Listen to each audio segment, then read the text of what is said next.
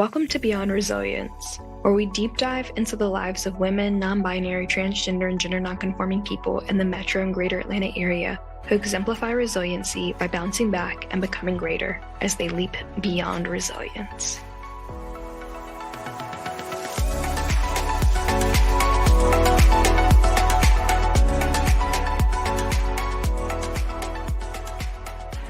This episode of Beyond Resilience is brought to you by The Sentimentalist.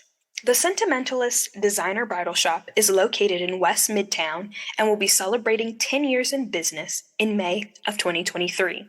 This family-owned shop is operated by a mother-daughter duo with a shared passion for finer fashion, Southern service, and uplifting the history of Atlanta. The Sentimentalist is on a mission to raise the standards for inclusion and accessibility in bridal through smart sales and kind service first practices. When you choose to shop The Sentimentalist, you'll create your dream look without any pressure or judgment. Their expert stylists are there every step of the way to guide your alternative or creative bridal fashion needs. The goal of The Sentimentalist is to serve you with kindness and style, even if your purchase won't be with them. Visit The Sentimentalist today at 1465 Howell Mill Road Northwest, Suite 400A, Atlanta, Georgia, 30318. Tuesday through Saturday, 10 a.m. to 6 p.m., or Sundays, noon to 5. And be sure to follow them on Instagram at The Sentimentalist ATL. The dictionary defines resilience as the capacity to recover quickly from difficulties, toughness, or even the ability of an object to spring back into shape, elasticity. This definition evokes toxically positive imagery of mental toughness, suppressing emotions in order to achieve monetary success, overcoming impossible challenges, and is unfortunately commonly associated with youth of color and women. Welcome to Beyond Resilience, where we deep dive into the lives of women, non-binary, transgender, and gender nonconforming people in the metro and greater Atlanta area who exemplify resiliency by bouncing back but becoming greater as they leap beyond resilience. This pod is brought to you by AthenasWarehouse, a nonprofit dedicated to educating, uplifting, and inspiring youth through fashion, civic engagement, mentorship, scholarship, and a weekly workshop series called Discover Your Inner Warrior. So what is Discover Your Inner Warrior? The Discover Your Inner Warrior series is the brainchild of our founder, B. Wen, who dreamed of sharing sisterhood with youth who were children of immigrants just like her.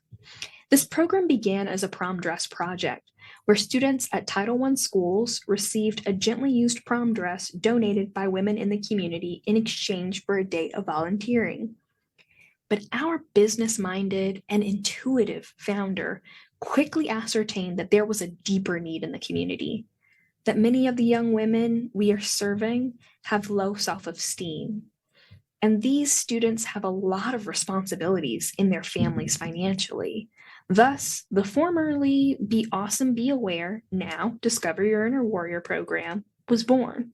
We needed a way to establish a sense of belonging, to show students that they were connected to their community and that their voices were important.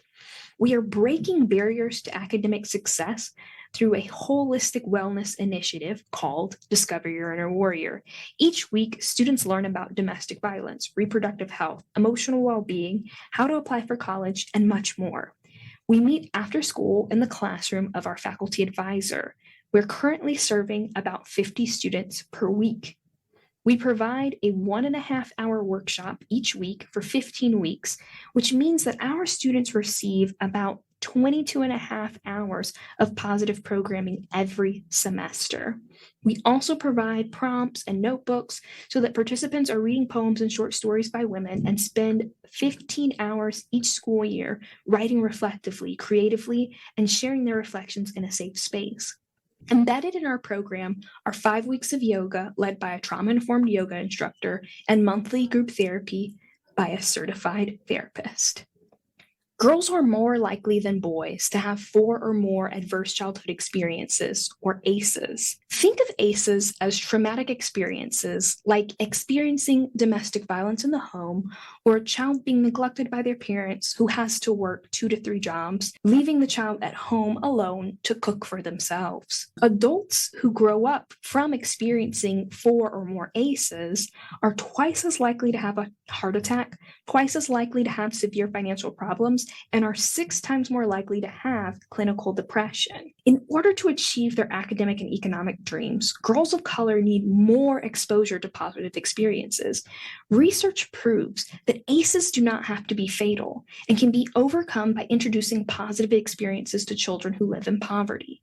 Positive experiences can buffer bad experiences, and when children feel connected to their community, when they can grow their social capital and experience positive relationships with adults and their peers, the impact of ACEs can be overcome. Positive experiences help students regulate their emotions and will increase their resilience academically and socially. Our Discover Your Inner Warrior program is all about ensuring students at risk for or already experiencing ACEs have these positive experiences, which have been shown to reduce the negative health outcomes of ACE exposure. Such positive experiences include increasing self-esteem, meeting positive role models, viewing one's culture as an asset, and these are core pieces of our weekly curriculum.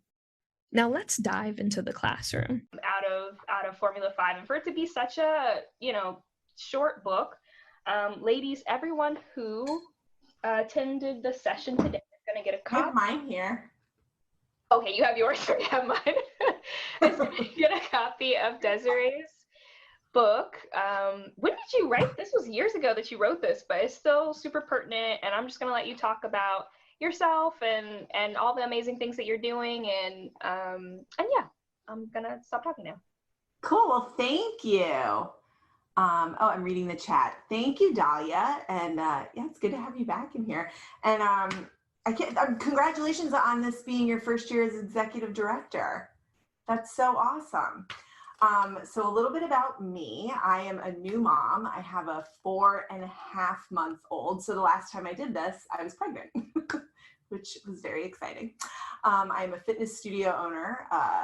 I own a studio in Northeast Plaza called Interfusion Fitness, although we have been closed since March because COVID, and human lives are more important to me than trying to pay the rent. So that's where we are right now.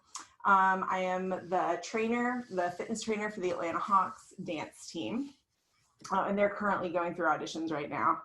And then I used to dance for the Hawks from 2002 to 2008, a long time ago.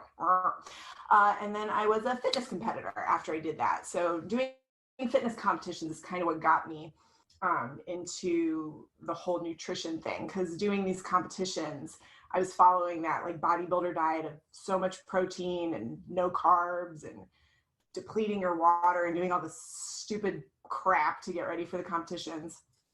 And I knew that something based in health and fitness shouldn't make me feel so terrible. So that's when I went back to school and got my master's in nutrition at Georgia State University. And my undergrad was University of Florida. Go Gators. Anywho, so I wrote this book, Formula 5. I actually started writing it a long time ago, not in 2016 when I published it. But it got really thick and technical, and it was like sciencey. I'm like, this is stupid. So I shortened it up. I made it nice, short and sweet so that people could read it. And then, like Dia said, reread it, because every time you reread it, you get something new. And even me going through it today, I was like, oh yeah, I said that. That was smart. So yeah, and it's easy to reread all the time and kind of refer back. So I just wanted something that would be simple for people, because you all are living in an age of technology, and it's easy to just Google whatever you want to look up. But as you know, not everything on the internet is true or based in science. So that's why I wanted to write this, because I have a science background, and fitness and nutrition are sciences, which means that they're constantly changing, and it's an experiment. Like every single person is going to have a different formula that works for them. So I'm basically giving you guidelines to experiment and figure out what works for you. And I'm really glad that you all are here today because especially with what we're going through now, these things, these 5 Fs are going to help you cope with what we're going through right now. You might not feel like it's that weird or cuckoo to be going through this, but there's no handbook on how to deal with a pandemic. So it's up to you to do the self-care, and it's up to you to take care of yourself so that you come out of this on the other side stronger and ready for what the world is going to have in store for us. It was the best of times. No, it was simply the worst of times. Yet there we were gathering via Zoom, that overpriced video app that somehow balanced privacy and accessibility to the point of complete takeover, and like Google, had achieved the pinnacle of technology. It achieved verb status. We were there to learn more about the 5 Fs of better health, a concept coined by a nutrition coach and an official part-time fitness trainer of the Atlanta Hawks cheerleaders, Desiree Nathanson. Desiree has worked with AthenasWarehouse since the very beginning. Her story of picking up less than healthy eating habits as a competitive dancer in college set the tone for youth like BB. BB participated in our workshop series back in 2013, and she came back to share her success story in video form with our organization after her experience of watching the film Misrepresentation. After watching that film, BB began to seek the help she needed and tackle her eating disorder head on. BB received a scholarship from AthenasWarehouse back then and had this to say about her experience. There's something new within me, something that wasn't there before, and that is hope. We're so glad Desiree was able to hold this workshop with us from 2012 to 2022, especially during quarantine back in 2020, so that our cohort in 2020 of just 10 girls, juniors and seniors from Cross Keys High School, some college students who'd recently graduated from the workshop program, so that they could hear her story, see themselves reflected, and dare to be different. Let's hear more about how Desiree defines health in her book, Formula 5, available on Amazon. There's no end goal because you can never truly know what your body can do until it does it. Experimentation. Make small, attainable, and realistic goals to keep you on a healthy path, and who knows what you will accomplish. It's a constant experiment. I love, the way that you summarize fitness at the very beginning, not fitness, but health in general at the very beginning, and why, because there's so many technical books already, and they're huge and they're dense and they're impossible to get through if you don't have a science background.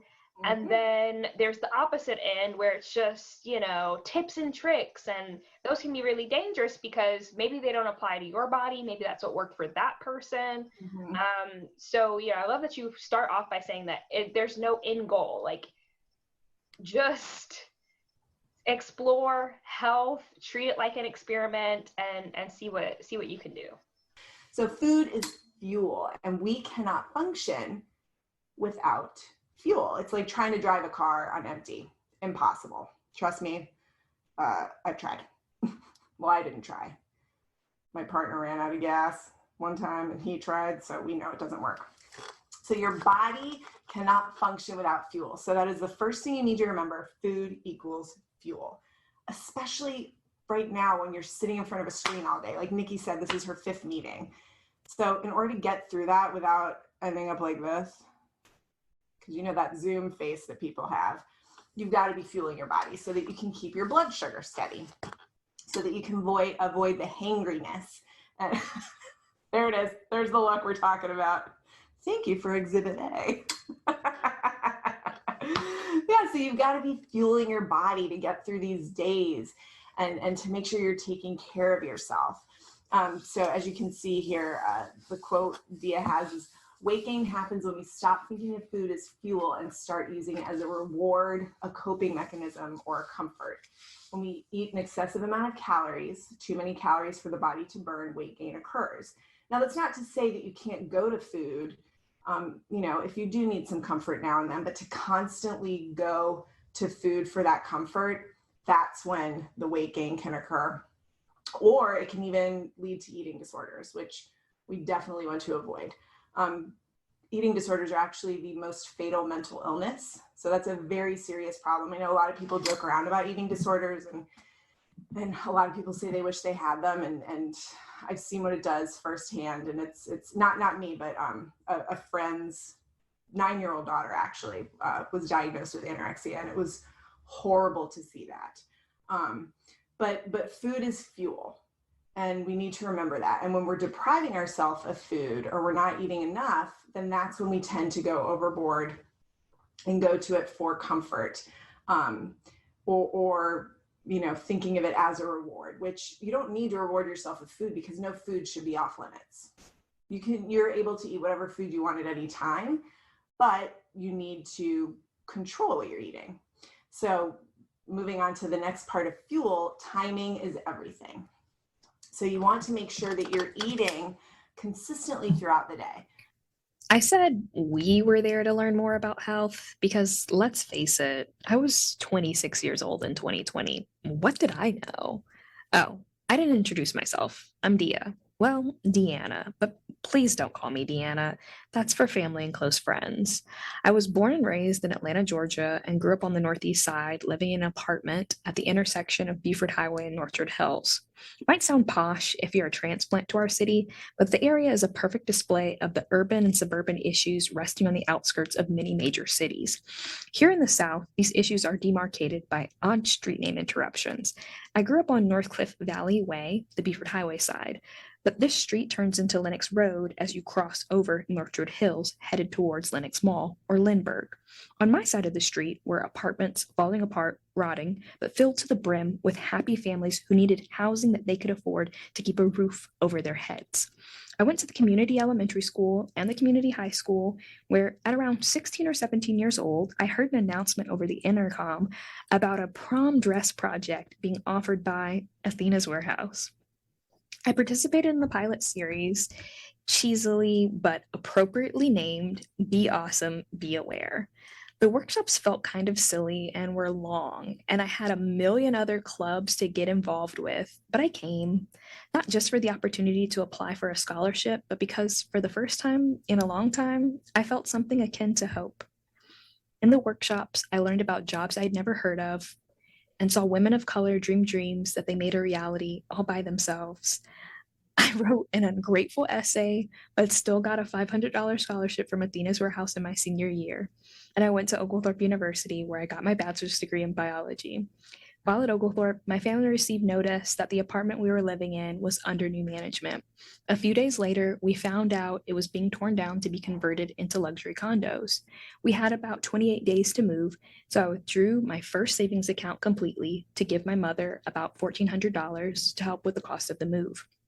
I'll never forget my mother trying to explain to another woman in our apartment complex that tenants get the deposit back when the landlord breaks the lease, as this woman's 5 or 7-year-old son attempted to translate this to her in Spanish. I knew that someone had to do something, but I wasn't sure what. I made some awesome friends, and we co-founded an organization called Los Vecinos de Beaufort Highway and made a Facebook group. Overnight, people began sharing the poorly translated documents with one another, and we had our first cena compartida, or potluck dinner, in the Bloom Apartments in Chambly through our partners at Presencia ATL. In this meeting, we heard multilingually from community members about the neglect they were experiencing and had been experiencing for years in their apartment, and we began teaching how to advocate for yourself. I was the founding board chair of that organization, and then when the founding executive director stepped down, I became the executive director, and I was the executive director of that organization until November 11th of 2021, when my friend Stephanie Correas stepped up and has been leading the organization to higher heights. Now here I am, reverse engineering a business degree at Agnes Scott College in social innovation so that I can better serve my community as the only full-time employee at AthenasWarehouse. We do not have a physical office. We are a remote team of ladies and ladies who are mostly volunteers, with some contractors who are either current college students or recent college graduates, or current graduate students who work all over Georgia and parts of Alabama. But somehow each week, and even through the pandemic, my team and I have pulled together 1.5-hour workshops and a hot meal for 30 to 50 students per week in the classroom of our faculty advisor at Cross Keys High School. Now back to the classroom. Shh, I think you're gonna like this part. It's just finding what works for your body and what makes you feel good. Like you should want to do it again. If you don't want to do it again, then that's not the fitness or the movement for you. It should be something that you want to do. And something is better than nothing when it comes to fitness. So like I said, even 3 minutes is better than no minutes. 10 push-ups on the wall is better than no push-ups at all. Marching in place for a minute is better than not marching in place at all. So it's just finding things that you can do to get your body moving and to get you excited to want to do it again and to get you stronger. And another thing to think about, fitness does not get easier as you get stronger and more fit. It actually gets harder because you can push yourself harder and you get stronger. So just keep that in mind if you do, keep on this fitness train and it starts to become more regular, but you're like, this isn't getting easier. It's not gonna get easier, it gets harder. Oh my God. But you enjoy it more and you look forward to it. So yeah, it's just finding what works for your body and what makes you feel good. Like you should want to do it again. If you don't want to do it again, then that's not the fitness or the movement for you. It should be something that you want to do. And something is better than nothing when it comes to fitness. So like I said, even 3 minutes is better than no minutes. 10 push-ups on the wall is better than no push-ups at all. Marching in place for a minute is better than not marching in place at all. So it's just finding things that you can do to get your body moving and to get you excited to want to do it again and to get you stronger. And another thing to think about, fitness does not get easier as you get stronger and more fit. It actually gets harder because you can push yourself harder and you get stronger. So just keep that in mind if you do, keep on this fitness train and it starts to become more regular, but you're like, this isn't getting easier. It's not gonna get easier, it gets harder. Oh my God. But you enjoy it more and you look forward to it. So yeah. Oh, look, it's my little baby. Hi, Zaid. That's my baby, y'all. Isn't he cute? Oh, he's sleeping right now. Sorry, that was a surprise. I wasn't expecting that. The last F is fun. And I know it seems ridiculous to put, but it's so important because I think we forget to do that. I think we live, especially in this country, where we're in this society where it's become cool to complain about how horrible everything is.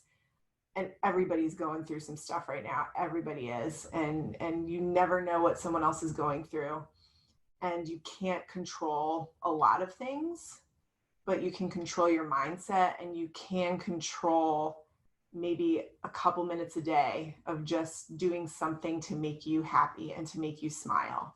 So if you are having these days where you're in Zoom meetings all day, then you need to find like a couple minutes where you can just do something that brings you joy and gets you away from whatever you're doing so you have fun. Obviously for me right now, looking at that little chunky face and those little chunky cheeks brings me a lot of joy. So that's very easy for me to, if I'm not feeling great, I just look at that face, good to go.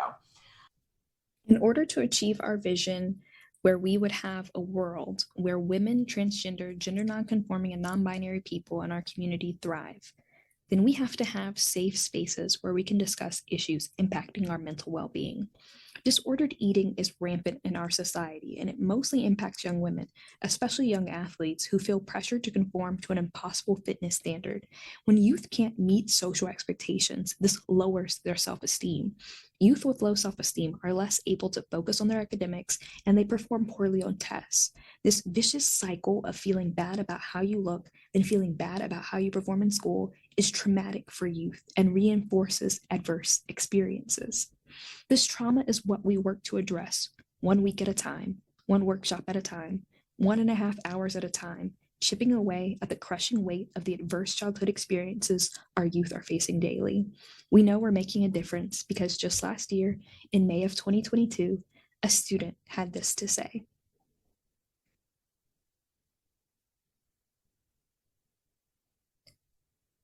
Since I was a little girl, people would say things like, "Estás muy flaca," "You're too skinny," or "Casi es changuita," She's practically a little monkey. People would always say I was too bony for my age and too small. Even my family in Mexico would see pictures of me and say I was too skinny.